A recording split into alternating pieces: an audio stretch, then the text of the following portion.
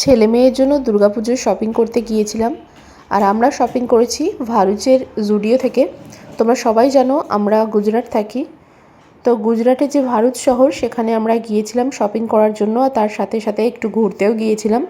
তো তোমরা আশা করি ভিডিওতে দেখেছো যে নীলকণ্ঠেশ্বর মন্দির, নর্মদা নদী, গোল্ডেন ব্রিজ, এগুলো সবই ঘুরেছি আমরা সেদিন।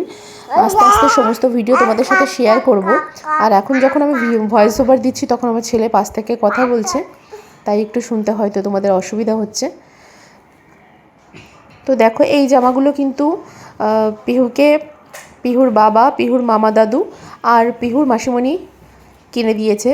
তো পিহুর মামা দাদু আর মাসিমণি ওরা টাকা পাঠিয়ে দিয়েছিল, ওদেরকে টাকা দিয়ে জামা কিনে দিয়েছি। তো কার টাকা দিয়ে কোন জামাটা কিনেছি তোমরা অবশ্যই কমেন্টে জানাও তো দেখি তোমরা ঠিক বলতে পারো কি না।